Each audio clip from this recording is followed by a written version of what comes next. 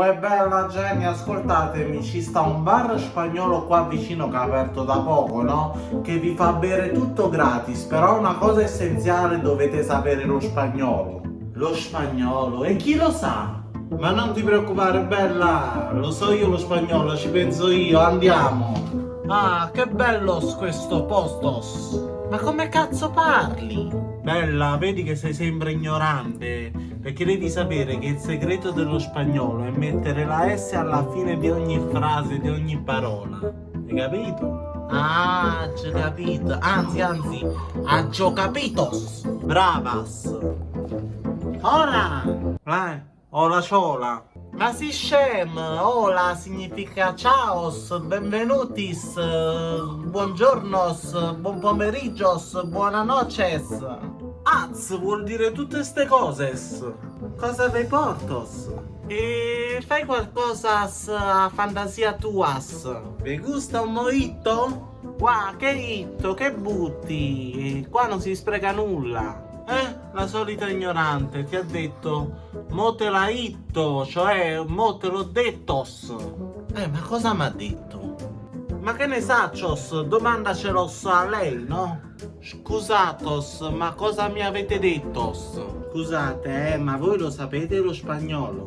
Come nos? Sappiamo tutto cosos. Sì. Allora vi gusta un gin tonic? No, i Gigi e Tonino non sono venuti perché tenevano da fare. Ah, c'è il gin tonic, il drink alcolico. No, niente alcolicos. Qua poi dopo devo guidare, poi Salvinos ci fa il mazzo tantos. Allora vi porto 2 Coca-Colas? Vabbè, la Coca-Colas non è alcolicas, ma quanto costas? Vedi che con te non ce la faccio proprio. Ma qua non paghiamo, che noi sappiamo lo spagnolo. Ma facendo cazzo, come no? Uè, nel suo culo, ma si napolitano. Come? Mi scusas? No, dicevinos, voi siete napoletanas. Sì, ma qua si parla solo spagnolos. Senti, portaci 2 tè al limones. Ambressos. Subitos! Ok, gracias. Eccos i vostri 2 tè al limonos. Muchas gracias.